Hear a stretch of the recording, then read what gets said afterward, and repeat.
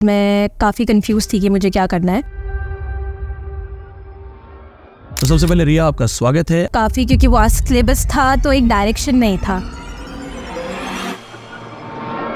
Riya not only net qualified बल्कि get qualified भी है, और जब इस तरह का हार्ड वर्क होता है तो रिजल्ट हमारे सामने होता है। नेट भी क्वालिफाइड होता है, गेट भी क्वालिफाइड होता है। तो हम रिया से एक मूल मंत्र मांगते हैं। सबसे इम्पोर्टेंट है।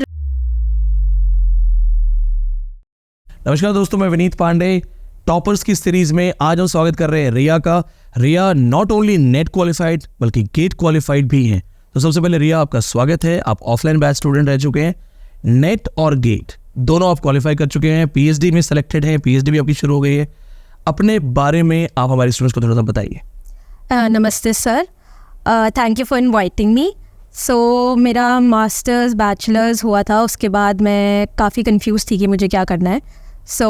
काफ़ी क्योंकि वास्ट सिलेबस था तो एक डायरेक्शन नहीं था कि किस डायरेक्शन में जाना। मैंने अटेम्प्ट दिया था, तो एक्चुअली मैंने प्रीवियस ईयर से स्टार्ट किया था कि पेपर्स में क्या है। उसमें काफ़ी जितना एक्सटेंडेड सिलेबस है तो काफ़ी वेग था कि मैं कहाँ से स्टार्ट करूँ, क्योंकि मुझे काफ़ी क्वेश्चंस नहीं आते थे। उसके बाद मुझे आपकी कोचिंग का पता चला और मैंने आपके थोड़े बहुत लेक्चर्स ऑनलाइन सुने थे, तो उससे मुझे काफ़ी आइडिया हो गया था कि अगर मैं यहाँ ज्वाइन करती हूँ तो मुझे काफ़ी हेल्प मिलेगा। उसके बाद मैं परमिशन लेके दिल्ली आई और फिर मैंने आपकी क्लासेस ज्वाइन कर ली थी। तो आप दिल्ली से बाहर से हैं, आप कहाँ से हैं आप? सर मैं उत्तराखंड से हूँ। मैंने अपनी स्कूलिंग मसूरी से की थी। मसूरी से स्कूलिंग की है, आप उत्तराखंड से हैं। उत्तराखंड से दिल्ली आके पढ़ने के लिए अपने पेरेंट्स को कन्विंस कर आप आए। तो मैं सबसे पहले एक सवाल तो इसलिए पूछ रहा हूँ क्योंकि हमारे बहुत सारे व्यूवर्स फीमेल स्टूडेंट हैं। क्या लड़कियों के लिए दिल्ली में आके पढ़ाई करना, जो हमारा एक कोचिंग का एरिया है जीएसआरआई, ये सेफ़ है? सर मैं यहाँ पर तो एक्चुअली काफ़ी सेफ़ था। काफ़ी स्टूडेंट्स यहाँ पे ही रह रहे हैं तो उनसे काफ़ी हेल्प मिल जाती थी। प्लस आप यहाँ पर थे और आपका पूरा स्टाफ था जो हमें काफ़ी गाइड करता था, और कोई भी प्रॉब्लम था तो हमें बहुत इनवाइट करता था कि आप अपनी प्रॉब्लम डिस्कस कर सकते हैं। हमारे लिए काफ़ी सेफ एनवायरनमेंट हो चुका था यहाँ पर। एक चीज़ मैं आपसे रिया पूछना चाहूँगा, जैसे आपने दिल्ली में आके पढ़ाई की है, तो जब आप ऑफलाइन बैच में आए तो चूँकि आप आ रहे हैं एक स्मॉल टाउन से और आपने बोला एमए प्रीवियस में ही मैंने सर्च करना शुरू कर दिया था, ऑफलाइन बैच का क्या माहौल था, एनवायरनमेंट कैसा था?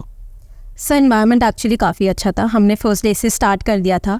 आपने पूरा एक आउटलाइन दे दिया था कि हम क्या क्या कवर करने वाले हैं, क्या क्या इंपॉर्टेंट राइटर्स है, किस पे ज़्यादा फोकस करना है, किस पे आप पे ज़्यादा फोकस नहीं करना, जो एक्चुअली हमारा प्रॉब्लम था क्योंकि हमें नहीं पता था इतना ज़्यादा आइडिया।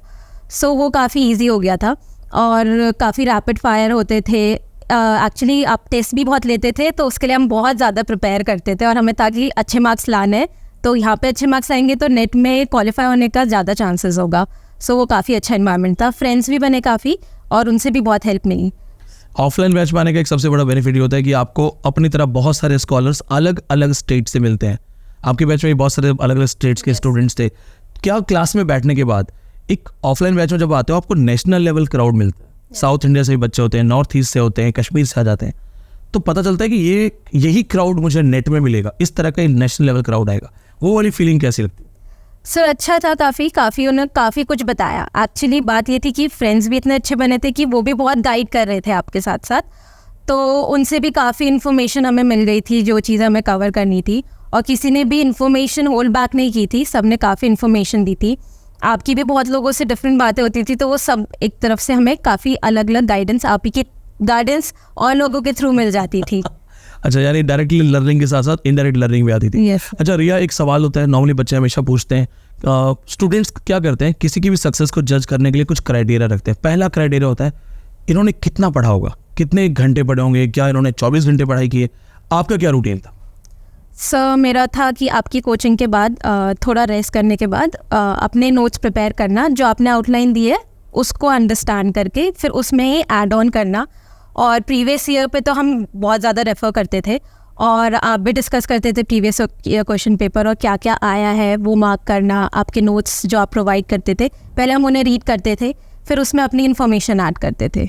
ऑफलाइन बैच के जो नोट्स आपको मिलते थे उसमें हम सारी चीज़ें ऐड करते थे, आप उसको पढ़ के अपने आप जब ऐड ऑन करते थे, तो जब हम रैपिड फायर में क्वेश्चंस करते थे और नोट्स का रिवीजन वगैरह साथ में होता था, तो आपको लगता था कि अभी इससे चीज़ें और अलग से पढ़नी चाहिए, इतना एनफ है? सर ऑब्वियसली आप जितनी नॉलेज गेन करोगे उतना इम्पॉर्टेंट है, तो तो हम आपकी कोचिंग भी करते थे और फिर उसके बाद हम आपकी वीडियोस भी एक्स्ट्रा जो आपकी वीडियोस आती थी, आपके मॉर्निंग 5 AM सेशंस होते थे, 3 AM session। ये वो भी अटेंड करा करते थे। उसमें आप आपने जब गेट का आपने स्टार्ट किया था तो आपने एक सेशन स्टार्ट किया था, उसमें आपने बहुत सारे राइटर्स दिए थे, तो हम एक्चुअली वो पढ़ के गए थे नेट से पहले, तो उसमें से काफ़ी क्वेश्चंस आए थे। जो कि रिया गेट क्वालिफाइड भी हैं, मैथमेटिक्स का पोर्शन कैसे हैंडल किया? सर मैथ्स मेरे लिए ज़्यादा डिफ़िकल्ट नहीं थी, मेरा मैथ्स सही था और फिर क्लास में भी जो आपने टीचर्स प्रोवाइड किए थे वो भी बहुत ज़्यादा हेल्पफुल थे। क्लास के बाद भी वो हमारी बहुत हेल्प करते थे और गेट के लिए भी और नेट के लिए, दोनों के लिए बहुत ज़्यादा हेल्प किया। मैथ्स बहुत अच्छी थी, लिटरेचर वाला पोर्शन आपने पूरा कवर कर लिया था। अब ये बताइए, जैसे स्टूडेंट्स को भी हम कुछ बताना चाहते हैं, पेपर 1 से रिलेटेड आपकी क्या सजेशन? एक तो आपने यहाँ ऑफलाइन में पेपर 1 किया होगा, बहुत सारे टीचर्स थे आपके सामने, उसके साथ आपने अपना पेपर 1 पे क्या कुछ किया? पेपर 1 सर मुझे एक्चुअली काफ़ी अच्छा लगता था पेपर 1, क्योंकि मुझे लगता था इसी से एग्ज़ाम मेरा क्लियर होगा, जो मेरा थोड़ा बहुत पेपर 2 में भी रह जाएगा, क्योंकि हमारा जो पढ़ने का वो था, मतलब मैटर लिमिटेड है उसका। सो हमने पहले प्रीवियस क्वेश्चन में गए, किससे मैक्सिमम क्वेश्चन आ रहा है, कौन सा एरिया है, कितना डिफ़िकल्टी लेवल है, वो जज करते हुए अपना प्रिपरेशन स्टार्ट किया। और क्लासेस में भी हेल्प मिल जाती थी साइड बाय साइड, सो हमारा ईजी हो गया था। ऐसे कौन से टॉपिक्स रहे होंगे जो आपको शायद आपने कभी एमए में नहीं पढ़े, लेकिन आपको ऑफलाइन बैच में आगे पता लगा कि नेट में ये सब भी आ सकता है? कुछ टॉपिक्स याद है आपको? कुछ टॉपिक्स सर पेपर 1 में तो काफ़ी टॉपिक्स थे ऐसे, क्योंकि 5 to 6 टॉपिक्स पता थे, मैथ्स वगैरह, टीचिंग। उसके अलावा जो था डेटा इंटरप्रिटेशन वगैरह, वो थोड़ा न्यू था हमारे लिए। और अगर मैं पेपर 2 की बात करूँ तो उसमें भी थ्योरी में डीप में पढ़ना, उसके कौन से राइटर्स हैं, वो एक्चुअली मुझे कोचिंग में आके पता चले थे। कल्चरल स्टडीज़ से बहुत ज़्यादा क्वेश्चंस आने लग गए थे, तो वो भी हमने प्रिपेयर किए थे। प्लस इंडियन एस्थेटिक्स वगैरह हमने अभी तक नहीं पढ़ा था, तो वो भी बहुत कवर हुआ था हमारा। रैपिड फायर के बारे में क्या कहना चाहेंगे? सर रैपिड फायर के टाइम मुझे बहुत डर लगता था, तो मैं बहुत प्रिपेयर करके आती थी, बट मैं एकदम से आंसर नहीं कर पाती थी, बट मेरा रिवीजन भी बहुत हो जाता था। जब बच्चे भी आंसर करते थे तो मुझे पता चल जाता मेरी प्रिपरेशन कितनी है, क्या मुझे आ रहा है या नहीं आ रहा है। एक्चुअली मैं आपसे और पूछना चाहूँगा, जैसे नॉर्मली कितने घंटे का रूटीन आपका पढ़ने का था? क्या आपने डिवाइड किया था, कोई टाइम टेबल बनाया था, या रैंडमली कुछ भी पढ़ लिया, कभी भी पढ़ लिया, कोई सा फिक्स था? सर टाइम टेबल था प्रॉपर टाइम टेबल था? यस सर, जैसे आप क्लास में अकॉर्डिंगली चलते थे, हम भी सेम चलते थे कि साथ साथ सर के कवर होगा, तो आपका एंड होते होते हमारा भी कवर हो जाएगा। उसके बाद आपने बोला था कि आप क्लासेस लेंगे जिसमें आप क्वेश्चंस पूछेंगे, सो उसके प्रिपेयर करने के लिए हमने पहले अपना सिलेबस कंप्लीट किया था। और यस सर।